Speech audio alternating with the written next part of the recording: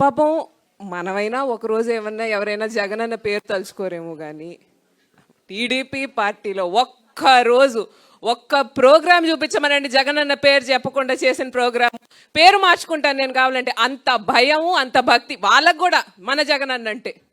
కాబట్టి ఈరోజు మీరు చెప్పిన అబద్ధాలు, మీరు చేసిన మోసాలు, అంటే ఏ స్థాయిలో చెప్తారంటే అబద్ధాలు.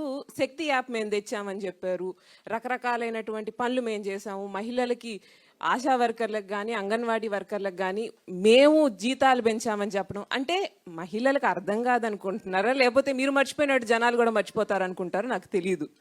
సరే, మీరు చెప్పిన స్కీములు చేయలేదు, మీరు ఇస్తానన్నటువంటి పథకాలు ఇయ్యలేరు, మహిళలు పూర్తి స్థాయిలో మోసగింపబడ్డారు. అది కూడా సరే యాక్సెప్టెడ్.